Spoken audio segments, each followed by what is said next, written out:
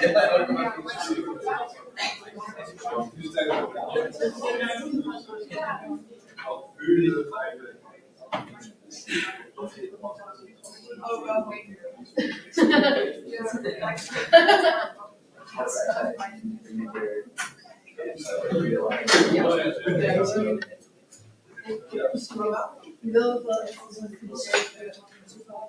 hi everyone, let's start.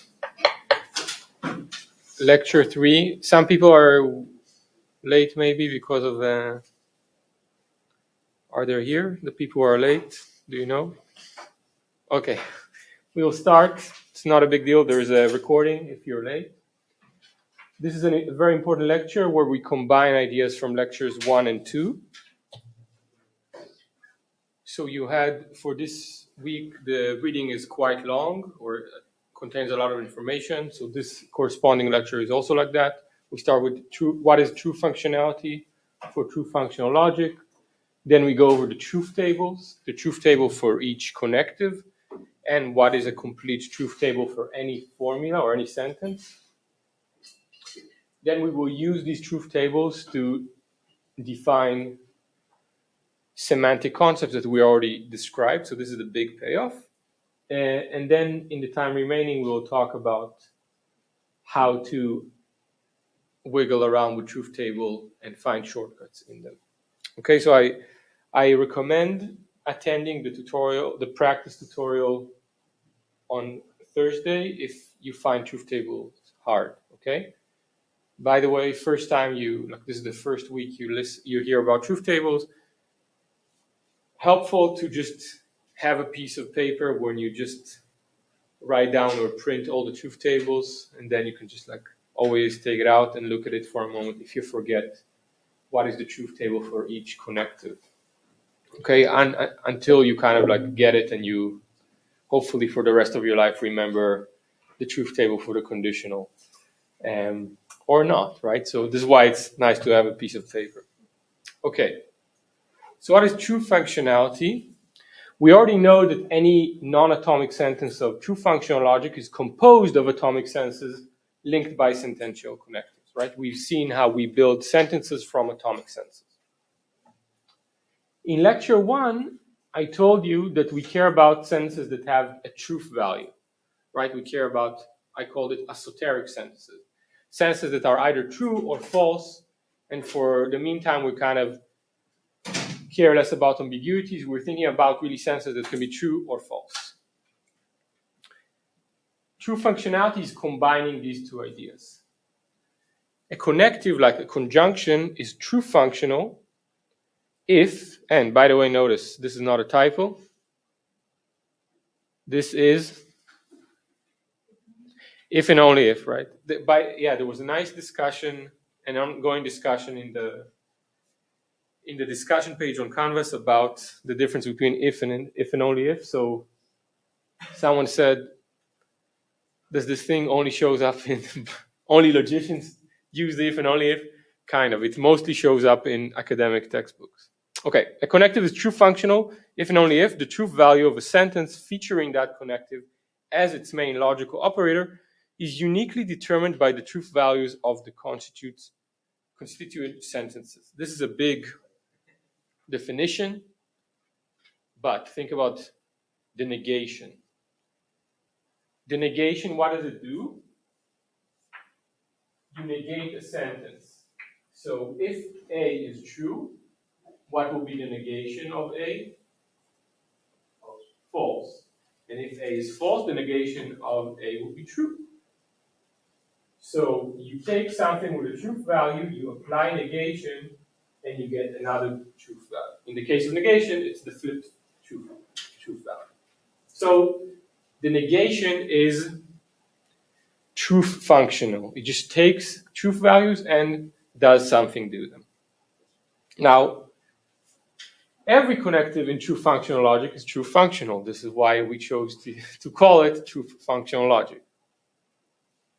And we will see today how we can determine the truth value of a TFL sentence. We only need to know the truth value of its components. Okay? We only need to know the truth value. What are the components, the basic components of a TFL sentence shouted at me. The atomic sentences, right? These are the basic components. So we only need to know the basic components, the truth value of the atomic sentences, and then we build up the rest.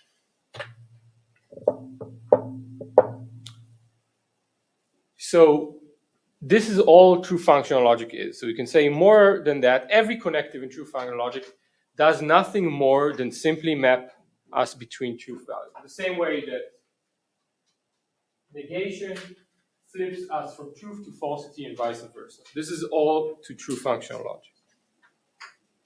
This means the true functional logic is very, very simple in terms of the meaning it can capture in English. When we symbolize a sentence in TFL, we ignore everything besides the contribution that that truth value of the component makes to the truth value of the whole sentence. Do you have a question over there?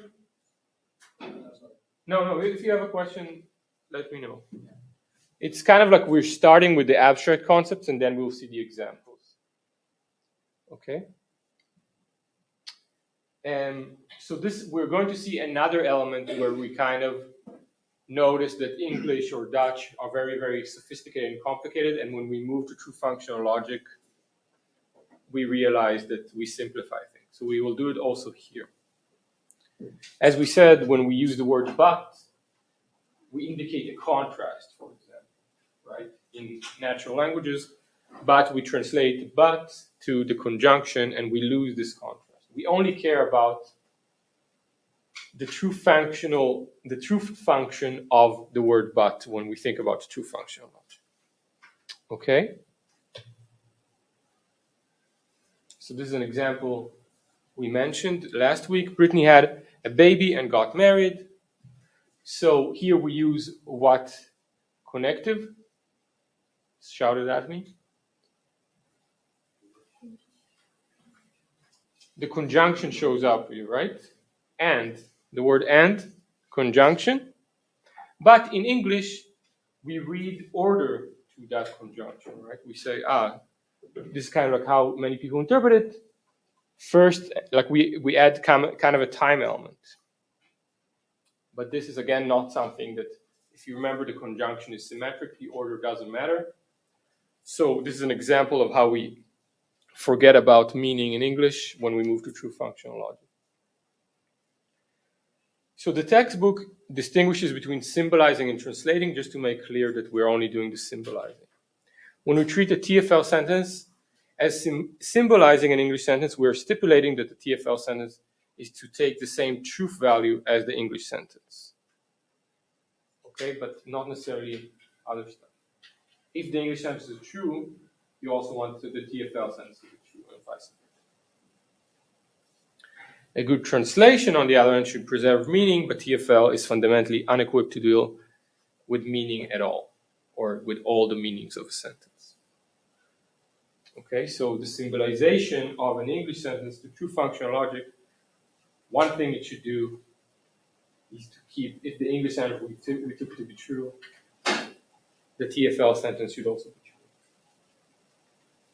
If the English sentence is poetic or funny, it's not the job of TFL to keep that property. But truth, yes, we want to keep that property. Okay. So the idea we start with, any non-atomic sentence of TFL is composed of atomic sentences linked by sentential connectives.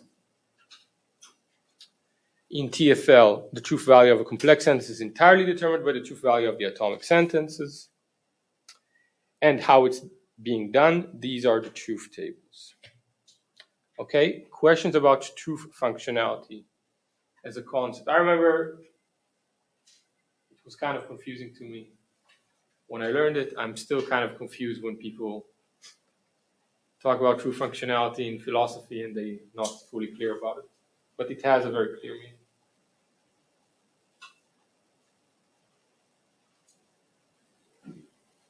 Okay, we're good? We are confused.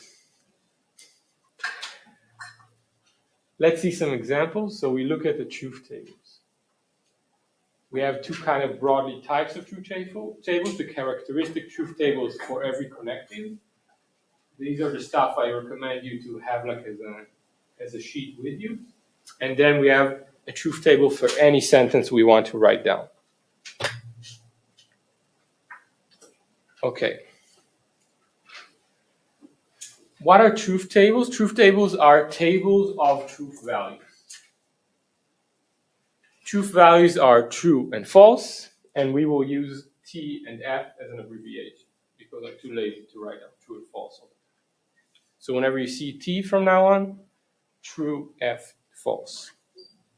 True and false are not expressions of TFL. TFL only has atomic, like capital letters, brackets, and connectives. It's something that we put on, so to speak, the TFL. Okay, questions? Okay, so you'll see a lot of T's and F's. That's trues and false. Okay, here we start with a very important topic. We will talk about valuations from now on. Evaluation is any assignment of truth values to a particular atomic census of TFL. Okay, let's say I have sentence A and sentence B. Can someone give me a quick valuation of these two sentences? 4 options. Yeah. A is true, B is false. Right, that will count as a valuation of these two atomic sentences. I'm just describing, right, a situation where what is the truth values of both. And we will see how if each row in a truth table represents a possible valuation. So we don't need to think about what is imagine a situation anymore, right? This was like the hard part in week 1. Now we have a valuation that completely gives us a description of a situation. A is true, B is false, or A is true and B is true, or A is false and B is false. This is the situation about A and B. This is the complete valuation. Now, a full truth table, an entire truth table, represents all the possible valuations of a given sentence. So in a way, the truth table gives us all the possible ways the sentence can be true or false. Can I come in? Of course. I had a teacher who said, let's prove that you all have free will. You're welcome to leave and come and leave at any moment. And if you don't, then you don't have free will. And okay, these tables give us means to calculate the truth value of any complex sentence at each possible valuation. So basically, if I have any sentence with A's and B, if I know that A is true and B is false, then I can say something about a sentence combined by these A's and B's. Okay. So finally, an example of a truth table. The characteristic truth table of negation. Okay, we said earlier that negation, what does it do? It basically, we agree, it flips the value of any sentence, the truth value, right? So the truth table captures that idea.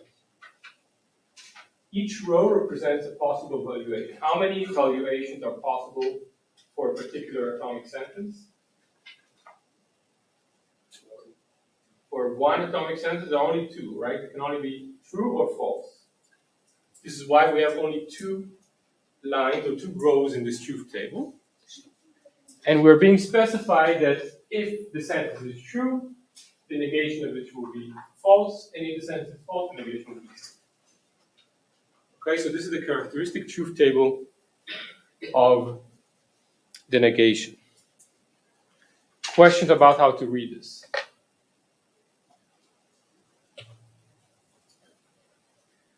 Conjunction becomes more interesting. In conjunction, we said we always have conjunction is built out of what nice word? How did I call it? Got it? Conjuncts, right? Conjunction has 2 conjuncts, A and B, and it turns out that there are 4 possible valuations of the A and B, right? A and B can be both true, that's the first row. A is true, B is false. A is false, B is true, or both of them are false. So the 4 lines, the 4 rows, represents the all false or all 4 possible valuations of the conjunct. And now we're being told what will be the value of the conjunction, the entire thing, in every particular valuation. If A and B are true, the conjunction will be true as well. Right? If I'm a teacher and I'm in Tilburg, then it's true that I'm a teacher in Tilburg. Right? I just combine these two things and it remains true. Now we can also see here that the order doesn't matter. We now see why conjunction is symmetric in that sense. You can flip the ordering and you will still have the same truth value. Right? Conjunction is only true when the two things are true. Is that clear? Okay, so a sanity test. What will be the feature of disjunction? This is conjunction, this is disjunction. Conjunction is only true when the two senses are true, right? Disjunction, when is disjunction true? I'm either in Tilburg or I'm in Rotterdam. When is that true? Yeah, if one of the two is true. Right, if one of the two is true, then the disjunction will be true as a whole. Now, when we see the truth table for disjunction, we want to understand it actually captures what you're saying. Okay? Again, we have 4 possible valuations of the two senses to disjunct now. And we say, whenever one of the disjunctions is true, the entire sentence has to be true as well. And note that this is exactly what we're getting. Okay? In this row, both of them are true, so the disjunction is true. In this row, one of them is true, the disjunction is true. In this row, this one is true, so this one is true. And here, both of them are false, so the disjunction is false.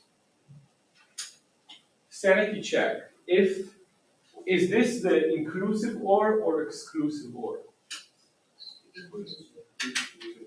It's the inclusive or.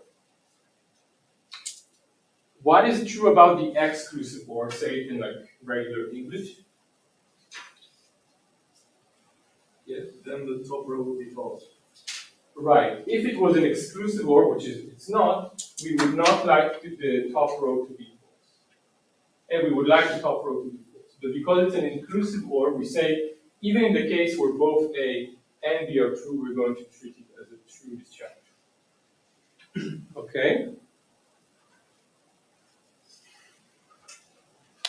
Same idea, disjunction is symmetrical because the ordering doesn't affect the disjunct. We're just saying it's enough for one of the disjuncts to be true, for the disjunction to be true.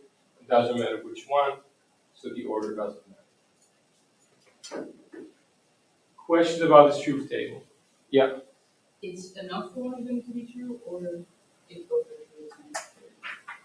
So in the inclusive or, this disjunction, it's enough that one of them is true for the entire disjunction to be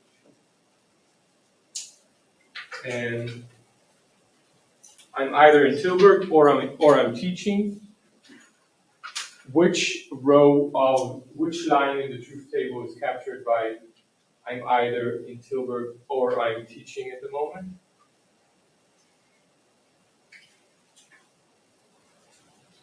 I'm in Tilburg, is that true or false? True. And I'm teaching at the moment, is that true? Okay, so both senses are true. This will be the first line, the first row. So the disjunction, I'm either teaching or I'm in Tilburg, will also be true. Okay? That's the inclusive or.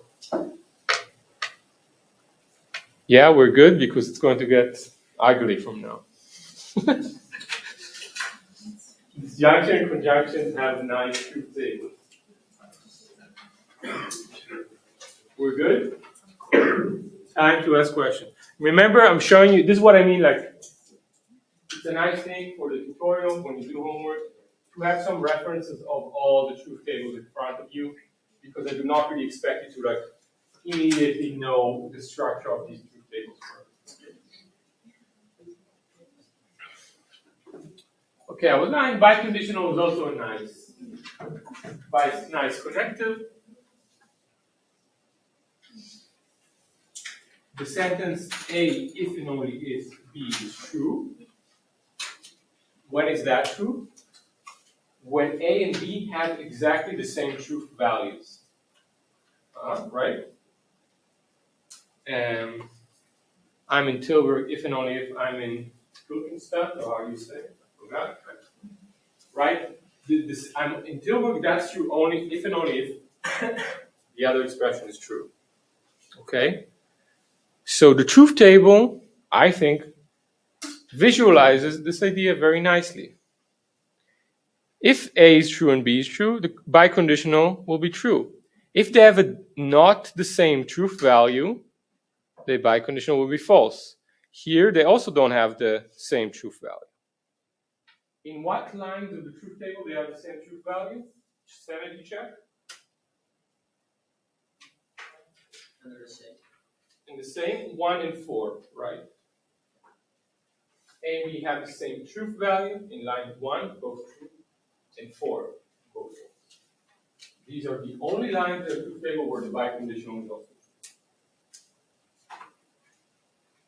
So the truth table from the biconditional from now on, you can just think about it as saying the thing here has the same truth value as the thing. That's what the truth table is. We're good? Yeah? Conditional. Conditional was annoying. Remember, it was annoying in the first class with this like Lincoln and blah, blah, blah. Conditional keeps being annoying here. Okay? But it all comes together, so the annoyingness is like whole and complete. If A then B, I'm saying, let's imagine a situation where A is true and B is true. Then the conditional if A then B is true. Okay.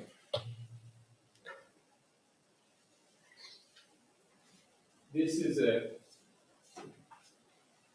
relatively straightforward line. What happens if A is true and B is false? I'm saying if A then B. It's only give me an example in English of a situation where we have a false conditional because the antecedent is true and the consequent is false. Can you think of a sentence like this?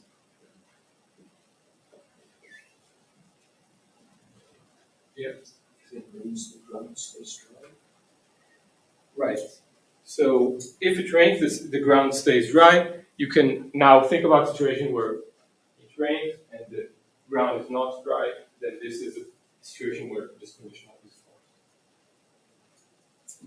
false. Okay. The truth table for the conditional is tricky because of the last two lines.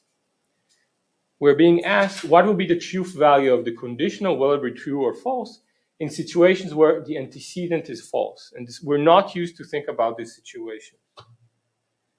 The truth table says that if the antecedent is false and the consequent is true, that the entire conditional is true. And if the antecedent and the consequence are false, that the entire conditional is true. In a way, it's the truth table for the conditional.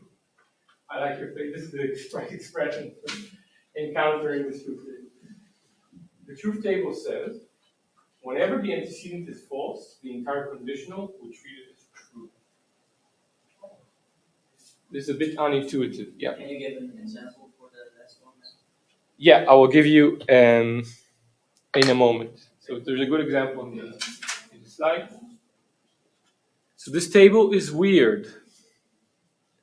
Which line is the most weird to you? Which row? Which valuation? Yeah. The second one is the weirdest. Why? Can you say that? Oh, that's the last one. It's the last one. The last one you say, if Michael is the president of the US, then the Martians enjoy line dance. Okay? Nonsense, like false antecedent, false consequent, but we say in logic that the sentence I just said is true. I said it through a sentence. Because of this truth table. That's weird. Okay? Red alert. Basically, whenever the antecedent is false, the conditional is true. This is called the first paradox of the conditional, the material conditional. So an example, if there are exactly 50 people in the room, there are exactly 5,000 people in the room. If this reminds you of the weirdness of the validity stuff, then yeah, you're in a good, the confusion is in the right direction because they kind of match each other, but we'll see more about that. Another paradox of the conditional is that whenever the consequent is true, then the antecedent doesn't matter. So let's say the consequent is Michael is teaching now. You can put anything in the antecedent and the sense will be true. If Michael is a professional footballer, then Tilburg is in the Netherlands, we take that sentence according to the truth table to be a true sentence. This is, what is it? It's false. I'm not a person with that, but the consequent is true. So we treat this as a true sentence. Okay? Confusing? So these are called the two paradoxes of the conditional. There's a lot of literature about this, but I just want to flag the name. We call it paradoxical in the sense that it violates our intuitions about language. Okay, it's not like a strict contradiction. So you might ask, why adopt this truth table for the conditional, this treatment of if it leads to these weird conclusions? Okay, so we'll try to explain that in the next slides to follow.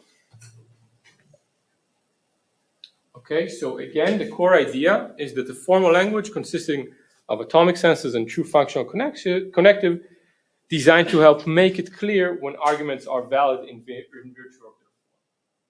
This is kind of like the core idea of the last lectures. And the connective is true functional if and only if the truth value of a complex sentence featuring the connective is fully determined by the truth values of the component sentences. If we have these two ideas, we are committed to truth value analysis of logic, or a true functional treatment of if and then the truth table that you see here is kind of the best option that we have. Think about, there aren't that many options, right? We have these situations, and then we need to pick up truth values here. So people notice that any other combinations of truth values is actually also not very good. It's still weird, and this is the least weird. Why do you think? Why would you change here? If it's like your situation where the antecedent is false and the consequent is false, what would you say about the situation? Some people say, it's just like we shouldn't assign here a truth value. It's just like a situation where we're talking nonsense. If Michael is the president of the US, then the Martians like line dancing. But if we're committed to putting some truth value here, so then the truth, makes the most sense. Okay, and here's an example that captures that. Let's say I'm telling you the conditional, if I'm healthy, then I will come to class. I'm the teacher, I'm supposed to teach you when I'm healthy, right? So I'm saying this sentence. Now, let's imagine, when did I break my promise? In what case, read these cases, and think, in what case do I break my promise? Yeah? In case 2. In case 2, it's easy to see that I'm breaking my promise, right?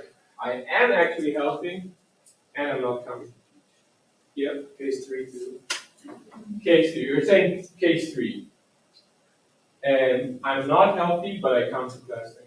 The question is, did I break the promise that if I'm healthy, No. then I'll come to class? You're thinking about a different conditional set. If I'm coming to class, then I'm healthy. But I'm just thinking about if I'm healthy, then I'll come. In a way, you can think about it as a conditional promise, right? I'm saying that if something holds, then I promise to do something. But here, in case 3, I'm not healthy, so I cannot break this conditional promise that says what will happen if I were to be healthy. Okay? So, the only place where I break my promise is case 2. Right? Did I break my promise by having the flu and not showing up to class? No, because it's only if I'm healthy, I will teach. When I have the flu, I'm not healthy, and I stay at home, so I'm not in class. I didn't break my promise, right? So only in case 2, I broke my promise. Do you agree on that, this explanation? Only in case 2, I broke my promise. Instead of thinking of breaking the promise and fulfilling the promise, think about truth and falsity. Only in the case where I'm healthy and I stay at home playing FIFA, the sentence is false. And in all the other cases, if we have to put them a true value, we'll say they're true. Yeah. And case 3 would be false or break promise if you would say, if I'm not healthy, then I stay home. Then case 3 would also be breaking promise, right? Right. A different promise. Yeah. A different promise. Yeah. So you ask whether the antecedent is filled, and then see what happens. Only in case 2, the antecedent is filled, so to speak, and I don't follow in the consequence. So translating to TFL thinking, only in case 2, I'm saying something false. In all the other cases, I'm saying something true. Now look back, yeah, there's a nice table showing that. If I'm healthy and I attend the class, then I kept my promise. If I'm healthy and I don't attend class, then I broke my promise. Right? We agree these make sense? If I'm not healthy, well, the promise I gave you was something about if I'm healthy. So I cannot break my promise if the thing doesn't hold. So the promise is kept. And likewise, if I'm not healthy and I stay at home, then I cannot break my promise because the antecedent of the promise is not even hold.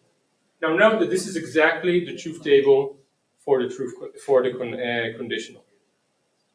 Okay, instead of yes and no's, we have truth and falsity. Truth for yes and falsity for no. Only the second line of the truth table for the conditional is a line where the conditional is false. In all other cases, the conditional is actually true. Confusing. It is confusing. Okay, so the same truth table.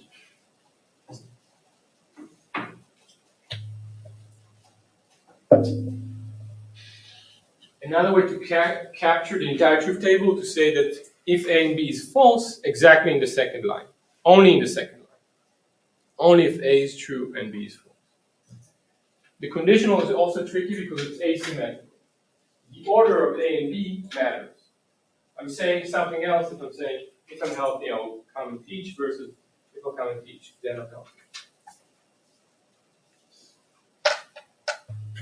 Okay?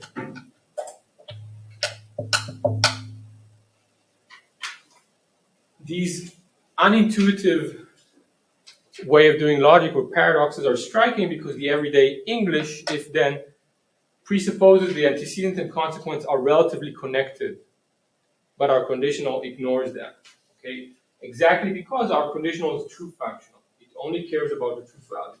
It doesn't care about the relevancy between the two things.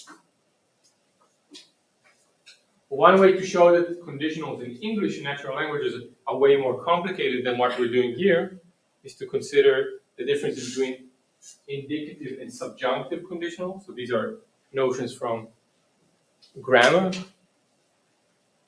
You can say, if Oswald didn't shoot Kennedy, someone else did. Oswald was the shooter of Kennedy. We follow the Anglophone world in our examples. So it's true that if Oswald didn't shoot Kennedy, someone else did, right? If you think there was a conspiracy theory, the CIA shot Kennedy, then you agree that Oswald didn't shoot Kennedy, someone else. But you can also say in English, by the way, not in every language, so this is where it gets very confusing.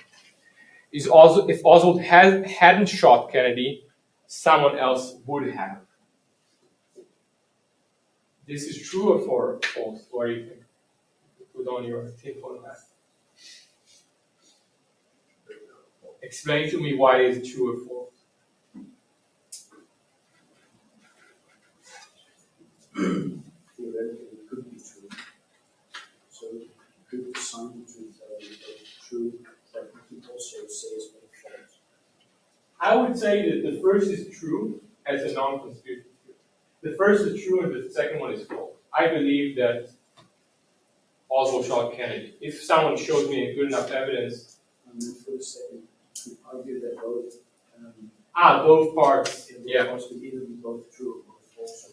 So note that these examples, I'm kind of tricking you here, these examples actually show you that it's not a good idea to always interpret the conditional with in terms of true functional logic, in terms of like the truth values of its antecedent and consequent. I'm kind of forget about everything I told you in the last 10 minutes, and I say, sure, if Oswald didn't shoot Kennedy, someone else did, because Kennedy died by shooting. Okay, but I also agree that if Oswald hadn't shot Kennedy, I don't agree that if Oswald hadn't shot Kennedy, that someone else would have, because according to my understanding of American history, if Oswald would not do that, then Kennedy would live long in his life. Okay, what's tricky here is that both of these sentences have if-then structure. Both of them have a very similar looking antecedent and consequent, but we treat them in English very differently. Okay? Hard stuff, mind blown, but we're just showing here, again, remember the idea that we're doing true functional logic, trying to figure out from the truth values of the component how to get to the truth value of the entire sentence, and real languages are way more complicated than that. If you're confused, remember the example of if I'm healthy, then I'll come to class. When do I break this promise? I only break this promise when I'm actually healthy and I'm not coming to class. I'm not breaking the promise when I'm not healthy and I'm teaching. I didn't break that promise. Okay? Remember that example. When do you break the promise? Okay. Questions about the truth, like the truth tables. These are the I just described you the characteristic truth table for all the 5 connected fingers, right? Yeah. If you have like a sentence in TFL, how do you apply a truth table then? Is it always the same? Because how can you recognize it from just one TFL sentence? So that's kind of the next step. When you have like some arbitrary sentence, what is the recipe to build up a truth table for that, right? So you know that if the sentence has the form A and B, then we just said that it's going to be true exactly when for conjunction. Both of them are true, right? So true, false, false. So I won't write down the entire truth table, but like that's the idea, right? When both of them are true, this is true, and all the rest of the case is. But what if you have a different sentence? Oops, became very hard, right? How do you do that? This is the idea of a complete truth table. Okay, right? This is easy, and this requires more thought. Now, that part is very important to remember what we've done in class 2 and in the homework of this week, right? Understanding what is the main connective of the sentence, what is the main connective of the subsentence. This is where it comes in. Okay, a complete truth table has a line for every possible assignment of true and false to the relevant atomic senses. Each line represents a valuation, and a complete truth table has a line for all possible different valuations. Trick questions: how many valuations does an arbitrary sentence of truth of a TFL has?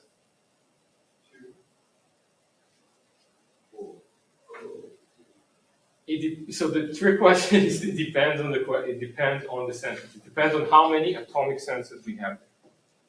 Okay, it can have many evaluations depending on how complicated it is. Another way to say it: the size of a complete table depends upon the number of atomic senses in the table. How many atomic senses do we have in this sentence? 2. Okay, it's A and B repeating it. But, right, I can just, okay, I'm violating some rules about brackets, but I can add stuff and then it has 5 now, right? Okay, so what is the rule here? How many valuations? There is a rule. Sentences containing only one atomic sentence require only 2 rows, right? One atomic sentence can be true or false, so 2 valuations, true or false. Sentences with 2 atomic sentences require 4 rows. There are 4 ways to assign truth values to 2 atomic sentences: true, true, true, false, false, true, and false, false. Right? That's kind of like here we're still in the realm of counting. And then take my word, with 3 atomic sentences, you require 8 rows to figure out all the possible combinations. With 4 atomic sentences, you need 16. With 5 atomic sentences, you need 32. We'll never do that. The rule, if you're interested, is that it's 2 to the power of n, where n is the number of atomic sentences.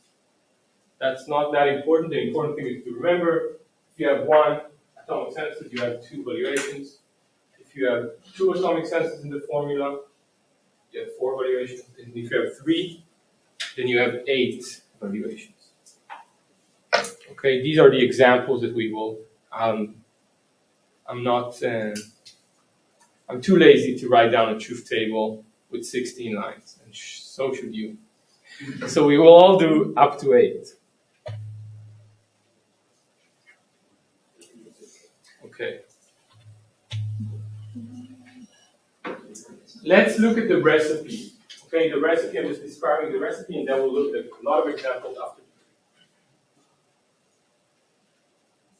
To fill in the atomic sentences columns of a truth table, begin with the rightmost and alternate between T and F. In the next column to the left, write 2 T's followed by 2 F's, repeating if necessary. Okay, let me show you an example. Let's say my sentence is A and B. What are the atomic sentences that show up there? A and B, right? So this is the part of the sentence itself, and here I'm specifying the atomic sentences inside.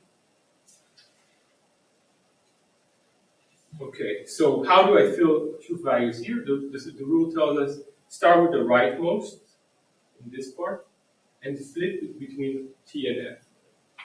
T, F, T, F. Then go 1 to the left and write 2 T's and 2 F's. Okay, because we only have 2 atomic senses, we stop here because it only has, we said, sense with 2 atomic senses has 4 valuations. If we had another atomic senses, we had to like have a block of T's here, so 4, and a block of 4 F's. Okay? So this is how you build it up for an arbitrary sentence. Okay, but the idea is that if I follow this recipe, I'm going to cover all possible valuations of the atomic sentences.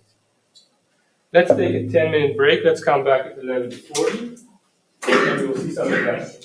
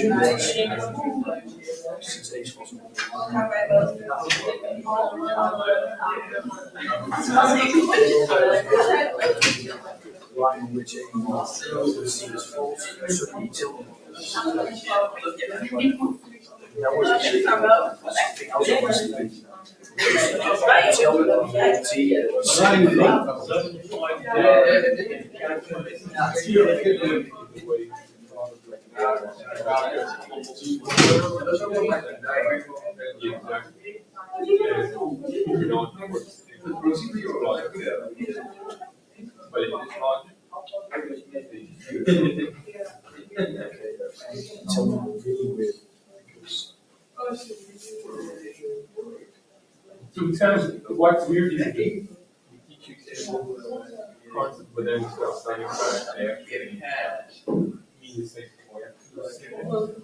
And then you say, but actually there was one. Why do we have to begin with? We will see why later in this class.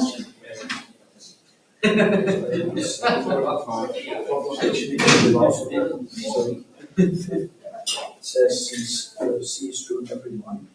Then say like this, and then you say that it's C is true. But you tell me also every one. So what you say is you're going to show C is not find the line. So C is total.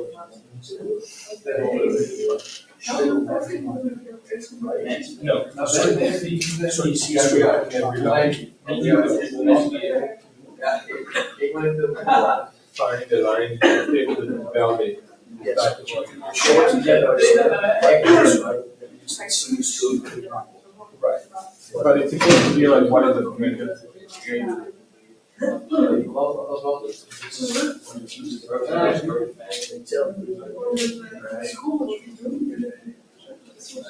Yeah, whenever it's thought, you can write it down. Yes. You're right. So you can say, what you're asking me, they basically tell you this is your case. Yeah. But now they ask if you're in such a situation, what happens when you add stuff here? And you're right, the answer is the line. See through every line. So you can know actually what's going to see. Sorry, about. Okay, so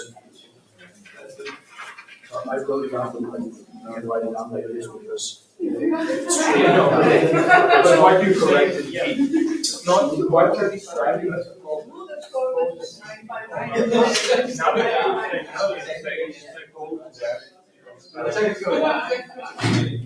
Right.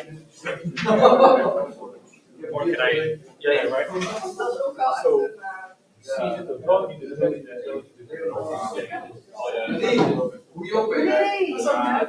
question is, so I can write, rewrite this one. Suppose that what you say about this. This is the question.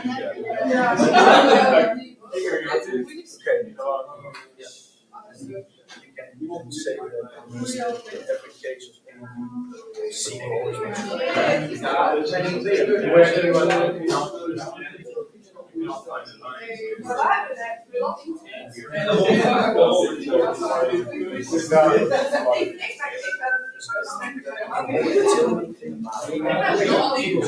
yes, that's the only way. What does it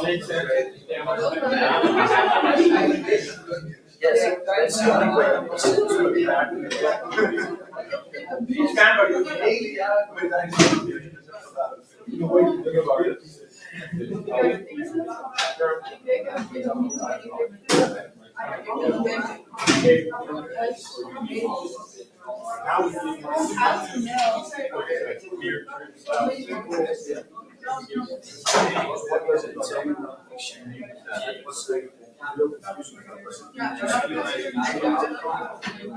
Or does it mean outcome for every case?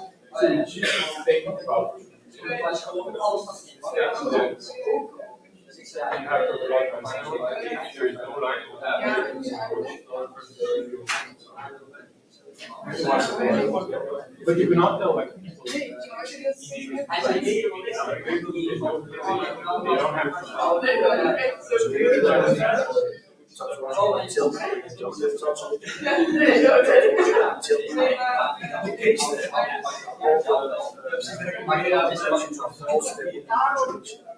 It's all essential either to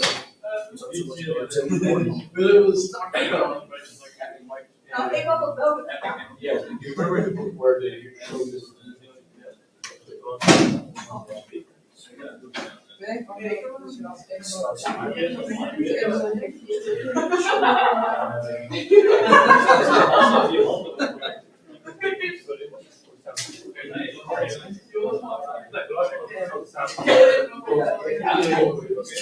It turns out that they match. But they match only in the sense that if you can say a valid argument, a valid, then you can say that just like it's kind of like keeping terms for TFL or science or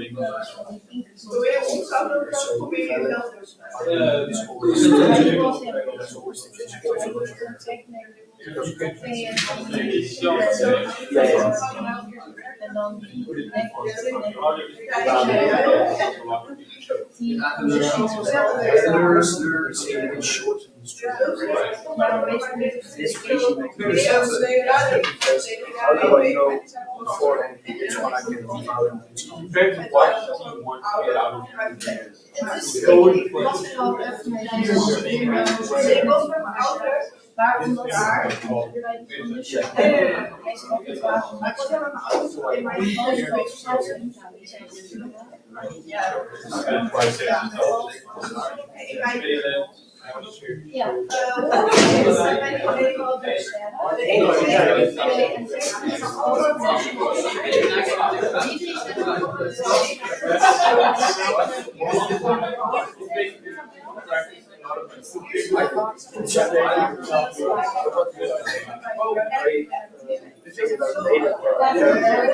The exercise, so I did the exercise. So someone was really busy. Just started moving. I can't see her that is TFL. I don't want to see the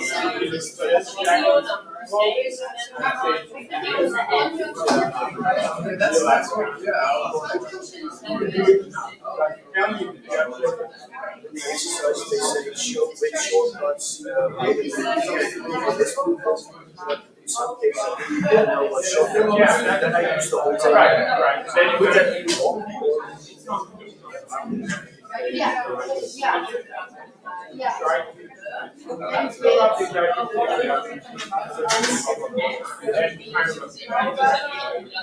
In some cases, because something was in sociological detail when it was Yes, one yes. line. But how do I know all of the information under using one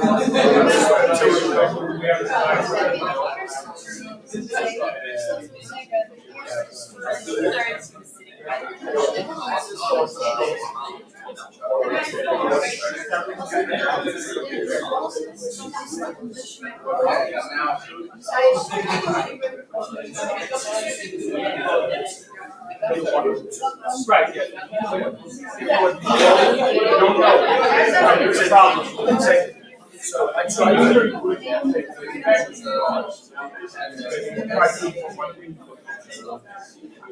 so when I found out that I was always trying to this move, when I did this move, like I would be stuck, then I had to write down and that's the easy way to I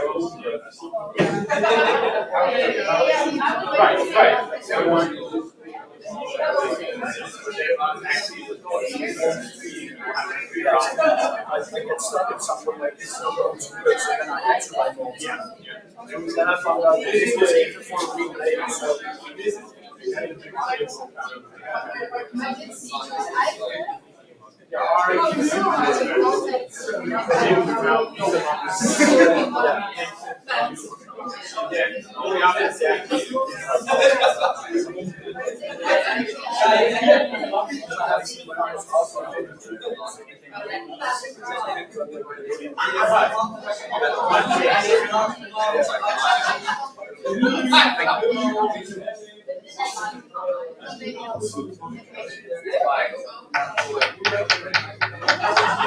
Right?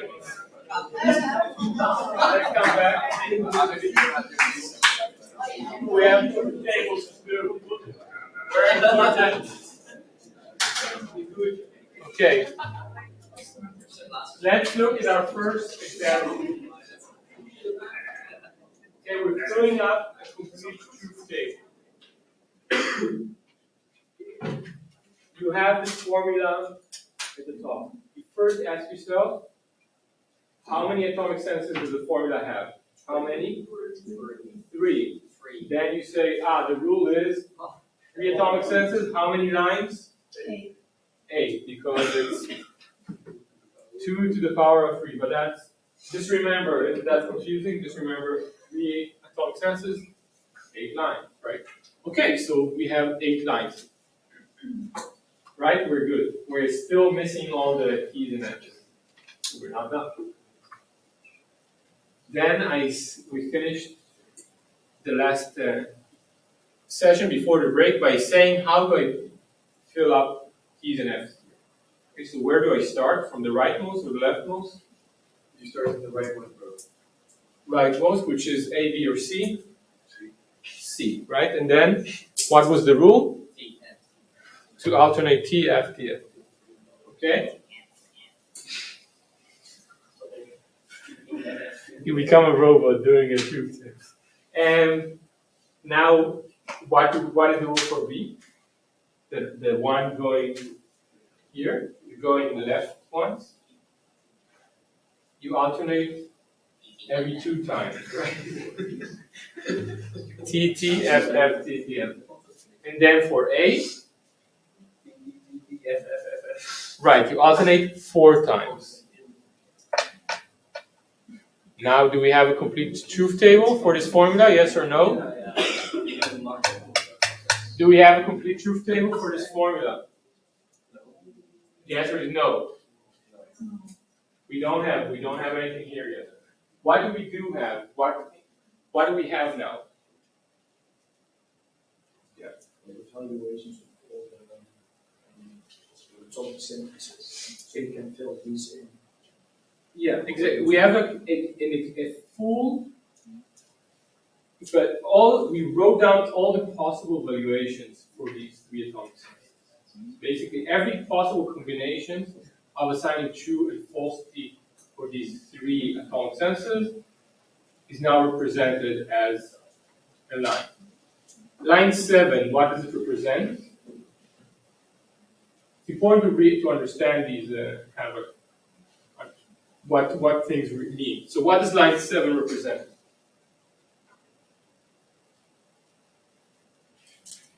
A situation in which, what do we know about A, B, and C in line 7? Yeah. A situation in which A and B are false and C is true. Right. Okay, this is why I told you there is no possibility police anymore. Just the truth table describes all the relevant situations we care about in true functional logic. We don't need to imagine a situation where Lincoln got hit by a truck or something and all that stuff anymore. We just have every possible situation written down for us. Okay? The same applies for, it's important to understand what each line kind of means. Okay, now what? What is the main connective in this formula? This is a question from the last lecture. The conditional. So the conditional is the first rule we applied or the last one? When we're building the sentence. The last one, unfortunately. So we'll have to wait with figuring out what's going on. What do we start with when we build formulas, when we build sentences? We always start with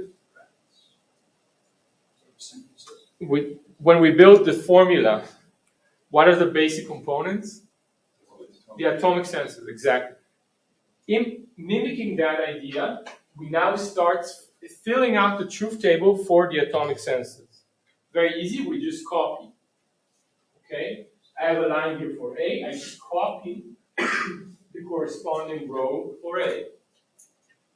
Okay, this is how I will build slowly the entire truth table for this form. Okay, starting with the atomic senses, just copy. Okay.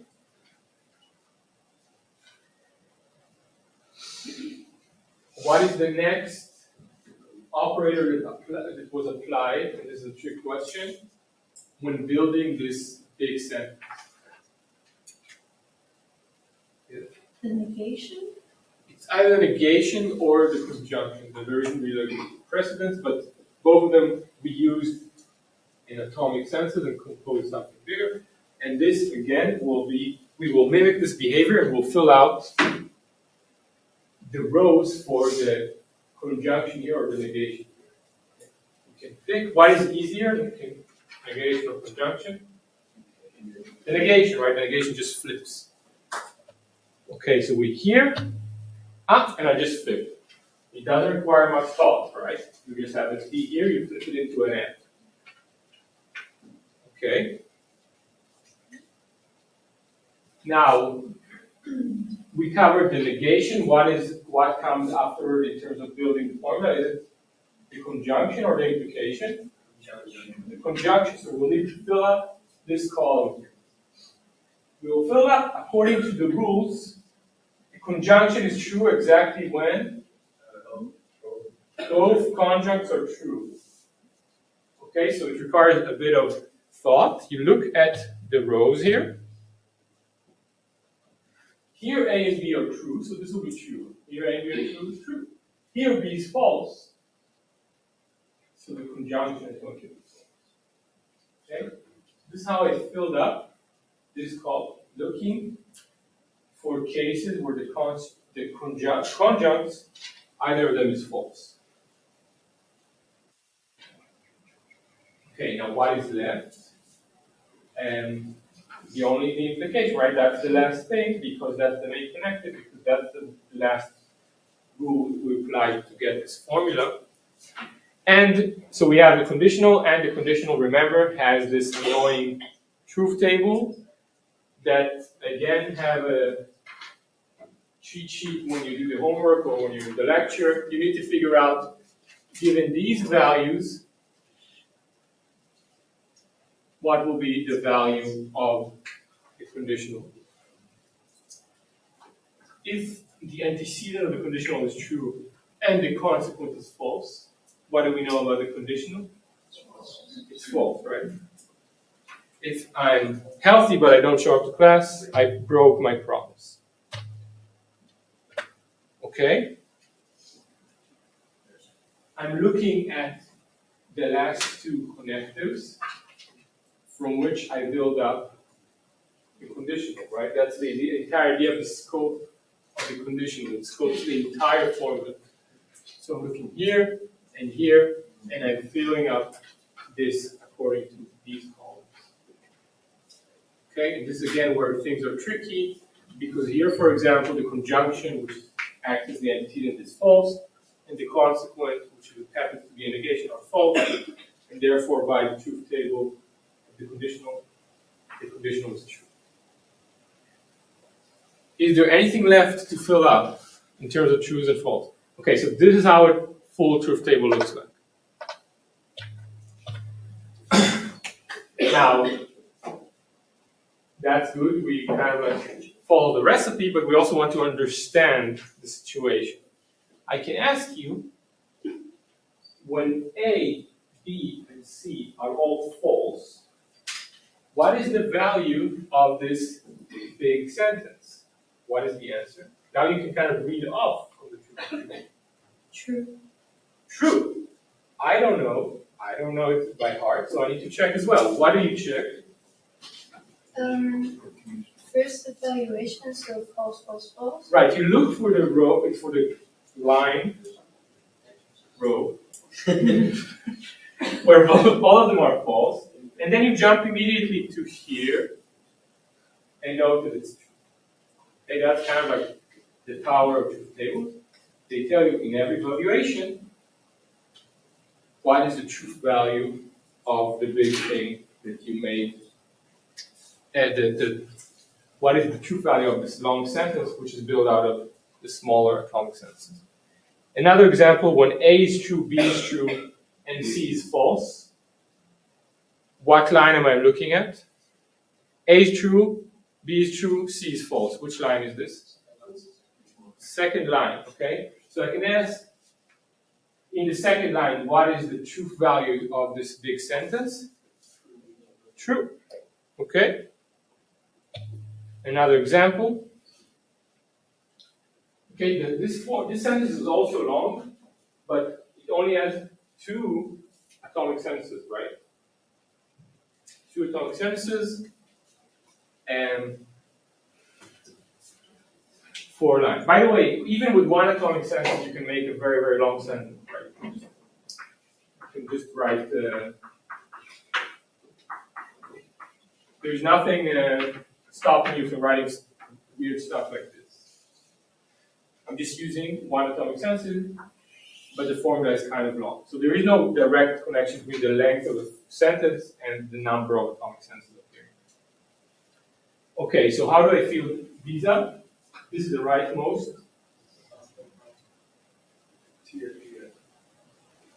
TF, right? This is the rightmost, so you just flip TF, and then you go one to the left and TF. Okay, this is just a rule to make sure that we cover all cases.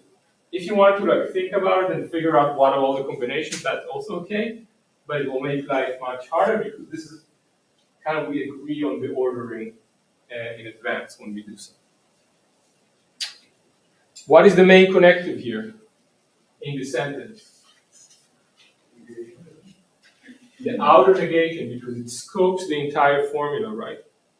So we know where is going to be like the most important column. What is the last column that we're going to do in this truth table? This negation, right? Okay, so that's the last thing.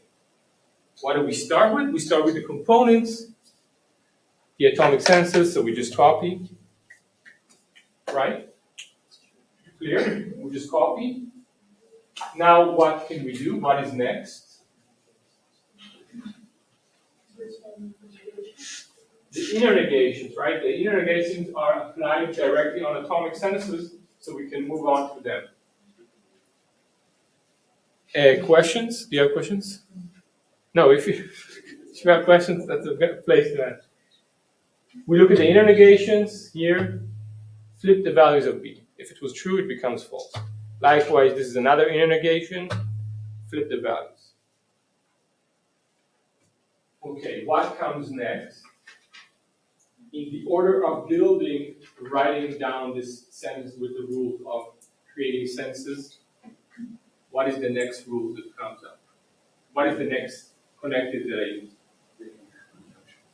The inner conjunction, right? I applied, it's kind of high up there. I took two negating sentences and I said, these are the conjuncts of the new conjunction. So I'm going to fill up this inner conjunction. Again, according to the rules, it's only true when both conjuncts are true.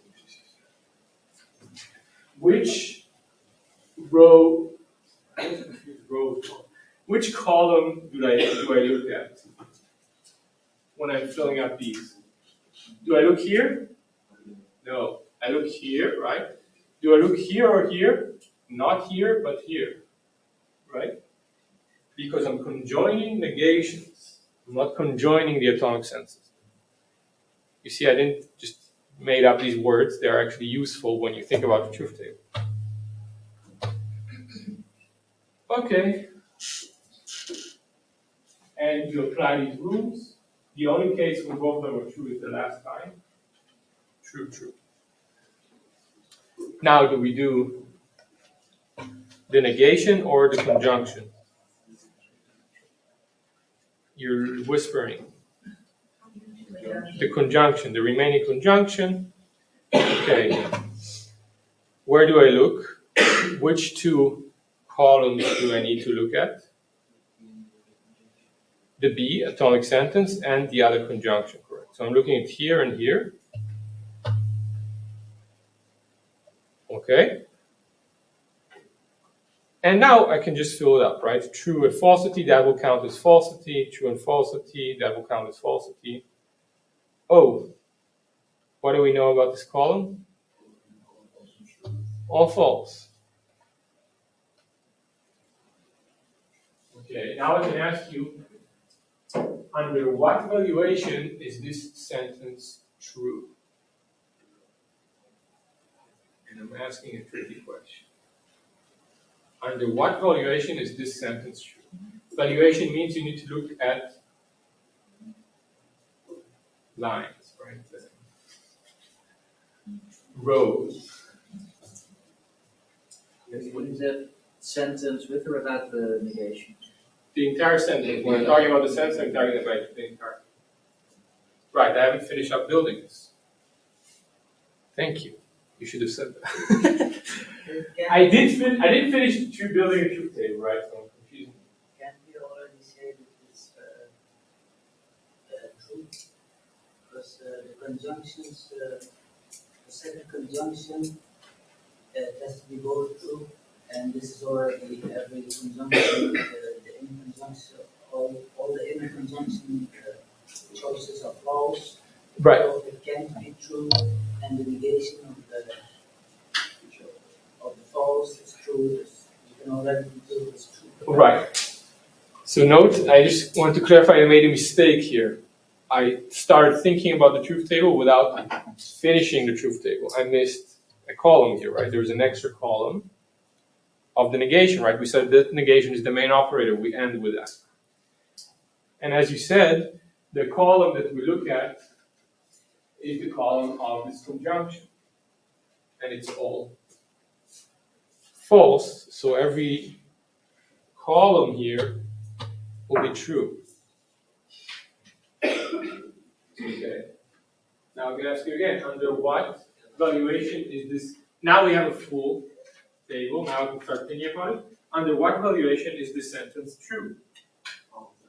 All of them, right? In every line, in every row here, you have true as the main in the main connective. So no matter how you assign truth values to the atomic sentences, B and C, it always ends up being true.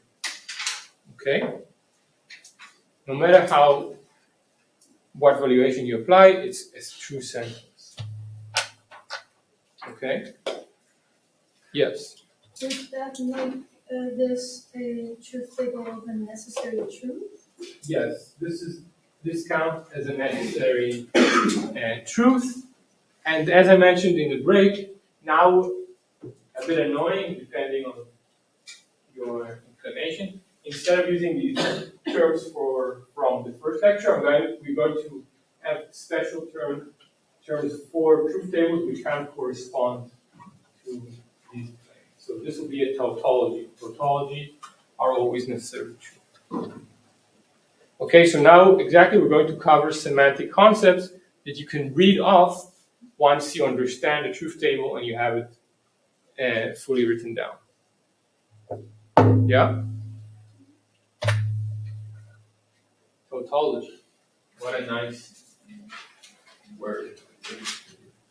I can say now that a sentence, any arbitrary sentence, fancy A, is a tautology if and only if it is true on every valuation. Okay. So what does it mean? If a sentence is true in every line in a complete truth table, then it is a tautology. But where do I look? I look at columns of the main connective of the sentence. Right? Again, going back, I'm looking not here. This is not the main connective. We look when we say the main connective is a negation, so I'm looking here to determine whether it's a tautology. And the dual notion, the cousin, is contradiction. If for any arbitrary sentence A is a contradiction if and only if it is false in every valuation. So if it's false in every line, then it's a contradiction.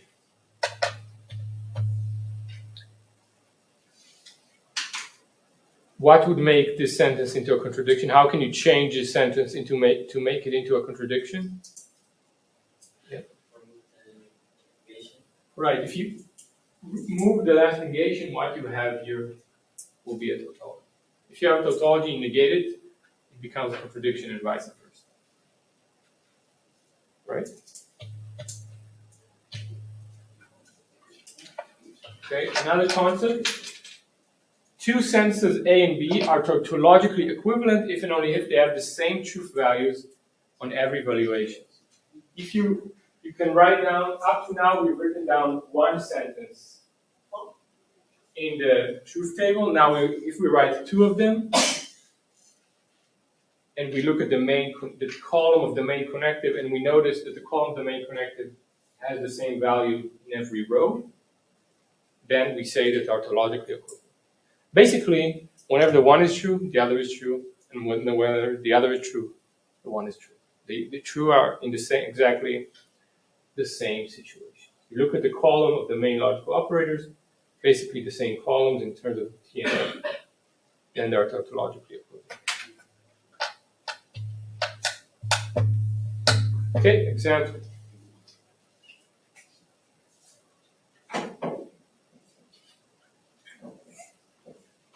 Remember we talked about neither. He's neither a fireman nor a satisfied person.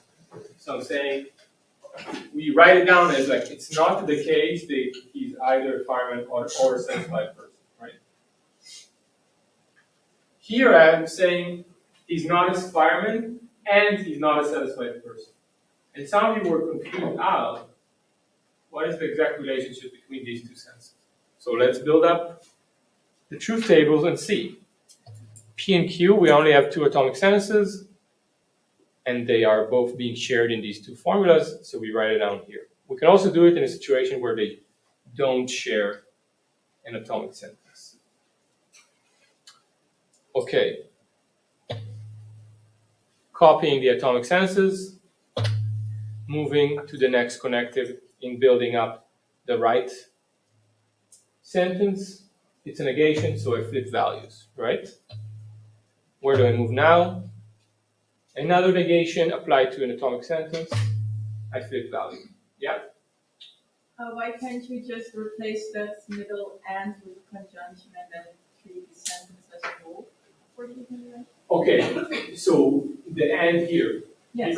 Because what do we want to exemplify here is this notion of tautological equivalence.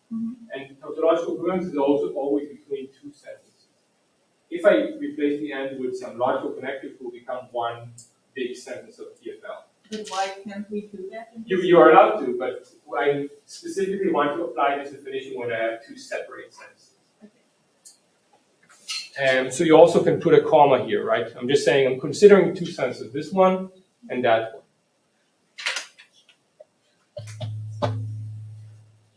So we build up these. Now the next thing to come is a conjunction, right? So when is this true in what line? What is the only line where both constituents are true? Which number? The fourth one. Okay. Here. In the meantime, I decided to put on copy the values here. Okay, so I have a column for the main connective of this sentence, right? Now let's do the other sentence. I copied the values of the atomic senses. What comes next, the conjunction or the disjunction? Sorry, the disjunction or the negation? The disjunction. Okay, when is the disjunction true? When is the disjunction false? There is only one case where a disjunction is false. Both false. Where is that happening? In the fourth valuation, the fourth line. All other cases are true. Are we done? No, we're not done. Because I still have an extra connective negating the disjunction. So what do? I just flip the values here. And I get this. Ooh, what's happening here? We now look at the main connectives of these two distinct sentences, and we note that they have exactly the same form. Right? Now I can ask you, can you give me a valuation situation in which one of the sentences is true and the other one is false? No, right? You look in the 4 lines, and you won't find a situation when one of them is true and the other one.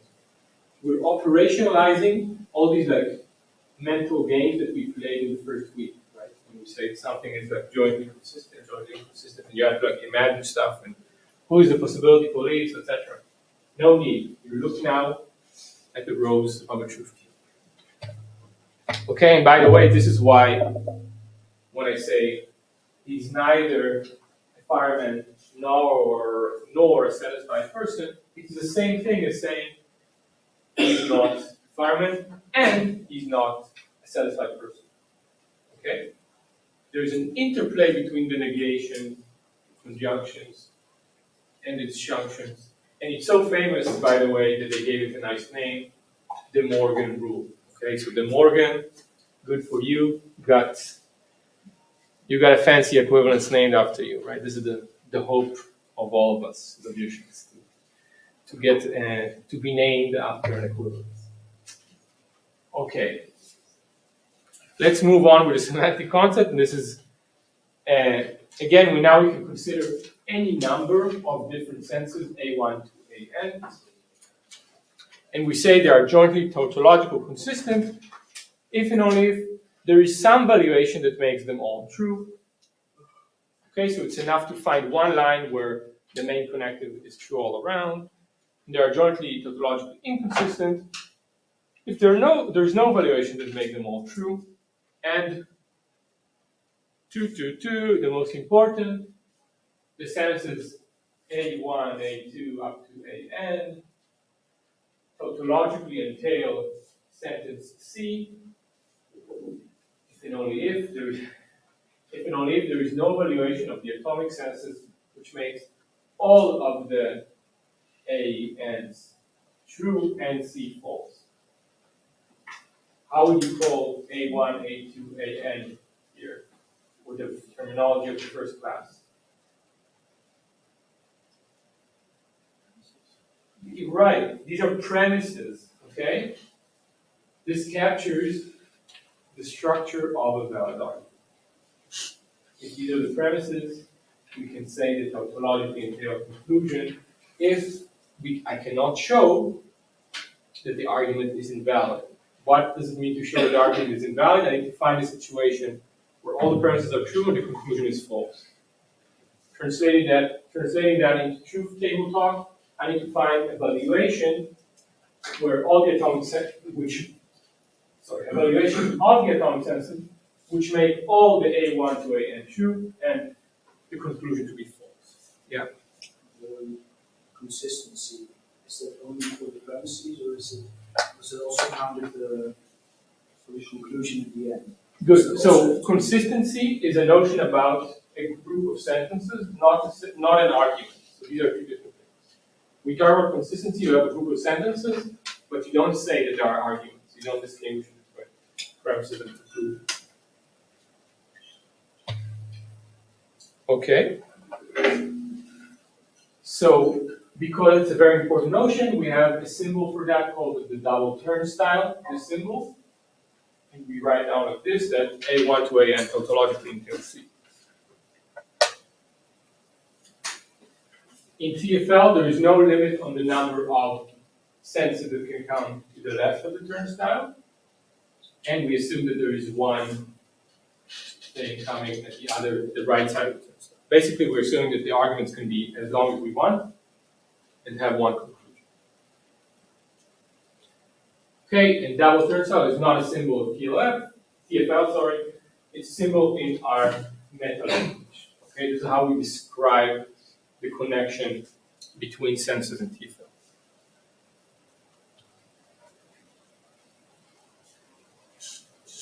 Now,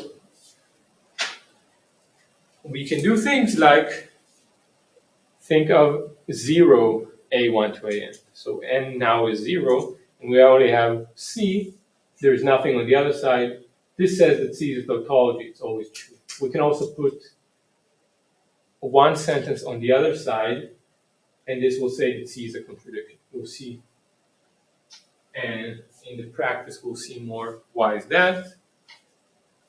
And also note that if I have the situation where A1 to AN entails C, this will happen exactly when the conditional in which the antecedent is the conjunction of all these sentences and consequently the conclusion is a tautology. Okay, that's kind of like a nice exercise using truth tables to figure that out. Okay. But this is a sentence of TFL, and this is not a sentence. It's a combination of symbols in TFL and the meta language. Okay. So we have the definition again.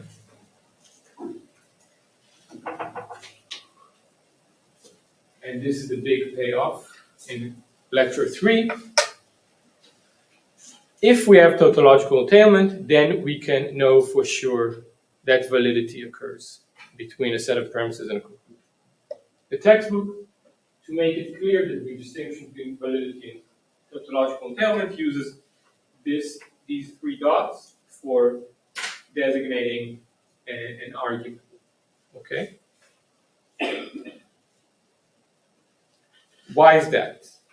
If A1 to AN tautologically entails C, then there is no valuation that makes all of A1 to AN true while making C false.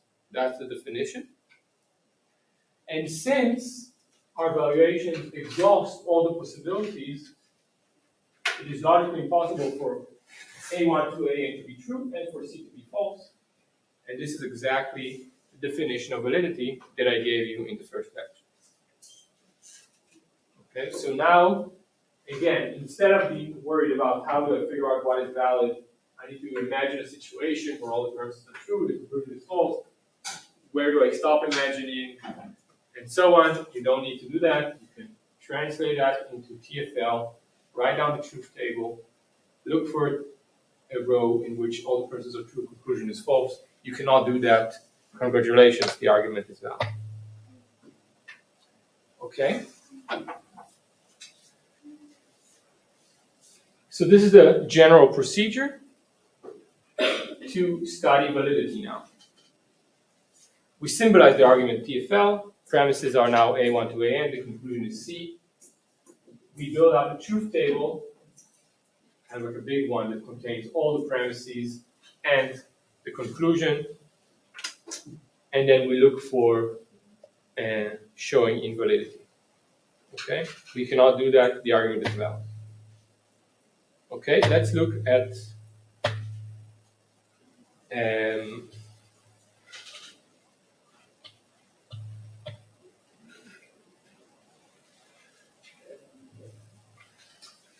let's look at an example. I think that's more important than the shortcut.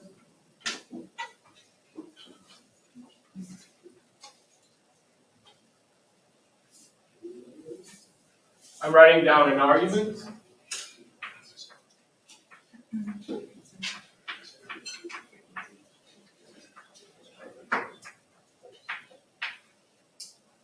How many premises do I have? And a conclusion? 1, right? How many atomic senses show up in this combination? By the way, do you see in the back? Yeah? Let me.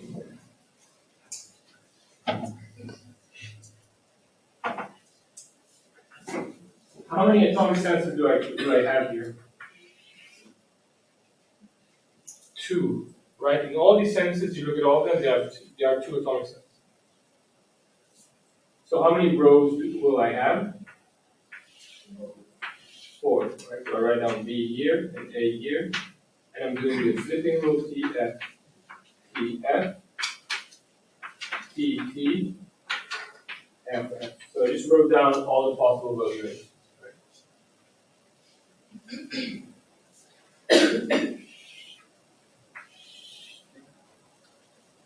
Here, what do? I just copy, right? T, T, F, F, T, T, F, F, T, F, T, F. If I make a mistake, shout at T, F, T, F. Did I finish writing down all the sentences? Right. Yeah. Now, there's this left. I need to figure out what is the value of this main connective in this premise. A is true, B is true. True. A is true, B is false. A is true and B is true. A is false and B is true. True. And both of them are false. True. Okay, so now I have the main connective for this sentence. What is the main connective here? Nothing. So I'm considering the sentence itself. And I'm also looking here. Is there a line in this truth table in which all the premises are true and the conclusion is false? Let's go line by line. So we have 1, 2, 3, 4. Here, premise 1 is true, premise 2 is true, conclusion is true. We did not find the line of 1. Here, true, false, I don't care. I'm looking for a line where all the premises are true and conclusion. Here, premise is false, the other premise is true. Again, I'm looking for a line where all the premises are true and conclusion is false. And up here again, this premise is false and this premise is true. Did I find a line in which all the premises are true and the conclusion is false? Okay, so what can I say about this argument? It's valid. The premises, or the fancy truth table way to say the premises topologically entailed. Okay, so now we have a method to check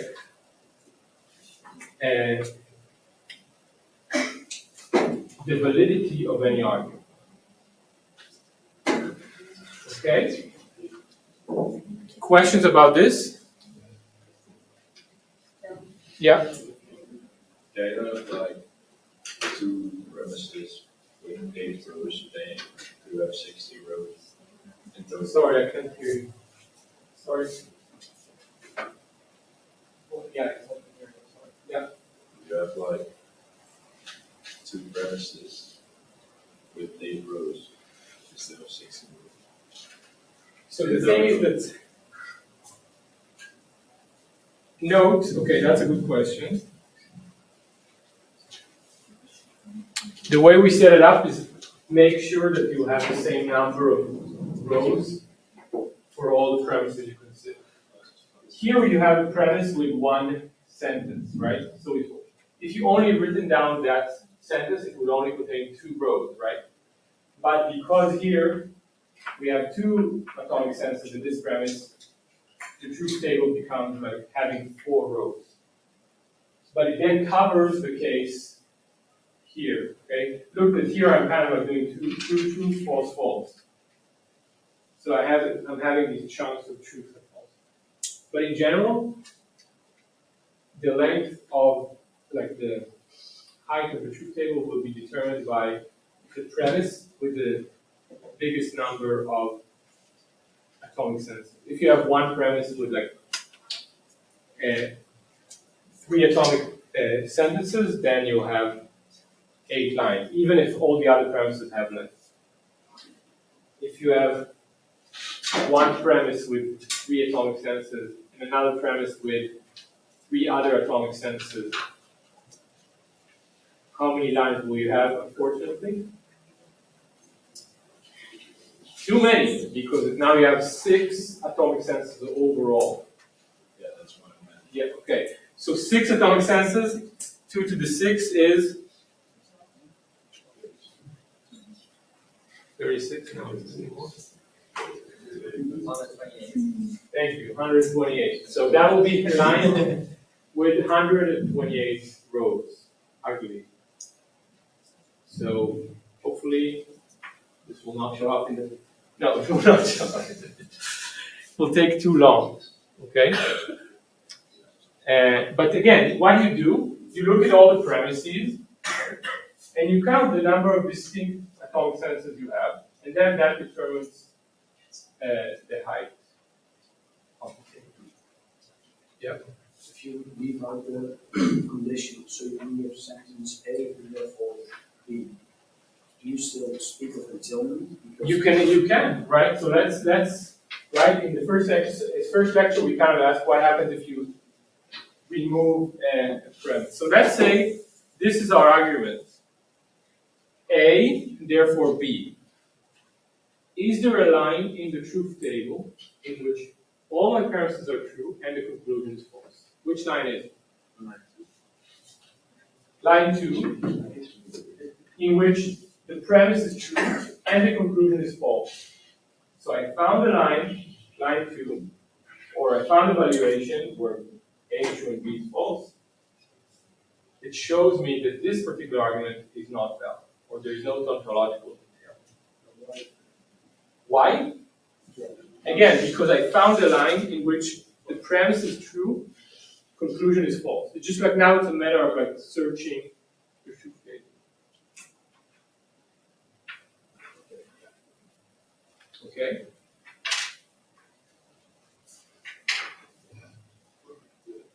Shortcuts and partial tables are something that we do once we have an understanding, a good understanding of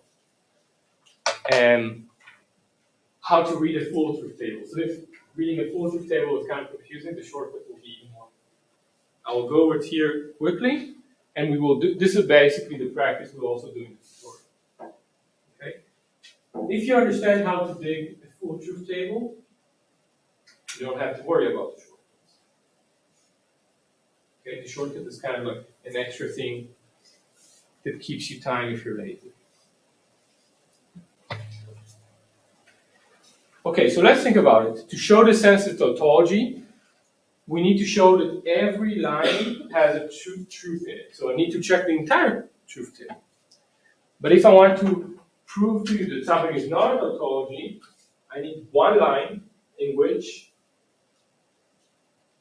what do we have there? Not a tautology.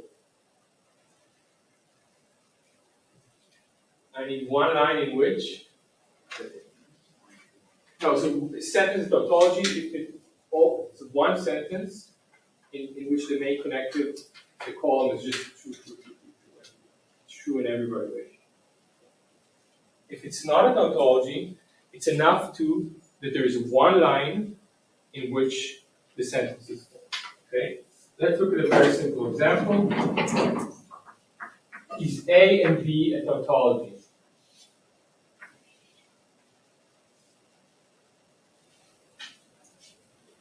Yes. You're saying yes, and I'm worried. Let's build it up, okay? I'm writing down true, true, false, false, and then true, so see how it is. True, false, true, false, and then true, true, false, false. What will be the true value here? True. And here? False, right? True and false. Here? False. Here? This is the true value of the main connective, or true value of the sentence. Is there a line in which, is it true that the entire column is true? No, so it's not a tautology. And in fact, it's enough to look here. I have one line in which the sentence is false, so I don't in a way need to check the other lines. I found one row in which the main connective is false, so I already know it's not a tautology. Logic doesn't care about the numbers of how many situations are so and so. Just we found in one. We know it's not a tautology. We can stop. This is a shortcut, right? Every semantic concept is either a semantic concept where you need to check the entire truth table, or to find one line that shows something. So this is kind of the things we notice. To show the sentence is a contradiction, I need a complete truth table to see that it's F in the entire column. To show it's not a contradiction, I need one valuation in which the sentence is true. So for A and B, is it a contradiction? And what is the one line that shows that? Line 1, right? So line 1, it's true, therefore it's not a contradiction. I just need to look at line 1 and I'm done. To show that two sentences are tautologically equivalent, you need the entire truth table. You need to show that they are always true. To show that they are not, you need only one line, a single valuation in which they are different. Likewise, joint consistency requires only a single valuation in which all sentences are true. And to show that they are jointly inconsistent, you need the entire truth table, because that's the negation part. You need to show that there is no situation where all sentences are true. To show an argument is valid, we need to check the complete truth table. To show an argument is invalid, it's enough to find a single valuation in which all the premises are true and the conclusion is false. Likewise for tautological entailment. Okay. This table summarizes these ideas. Tautology means that I have a sentence in which the main connective, all the lines are true in the main connective. So I need to show tautology, I need a complete truth table. But in order to show something is not tautology, I just need one. Likewise for all the other concepts. So once you understand, once you have some practice with checking these semantic concepts using truth tables, you realize sometimes your work is much easier than filling up the entire truth table. Okay? The important thing for now is to make sure that you understand how to build an entire truth table. Once you do that and you understand that, the shortcuts, you will figure them out by yourself. That's kind of a good way to test yourself. In the practice on Thursday, I will do a lot of these. Okay, we will do a lot of these. Okay, we will just draw a lot of truth tables, get a sense of it. Good idea to come prepared with some piece of paper that shows you the characteristic truth tables for conditionals, negation, contraction. Okay? Hope to see you on Thursday.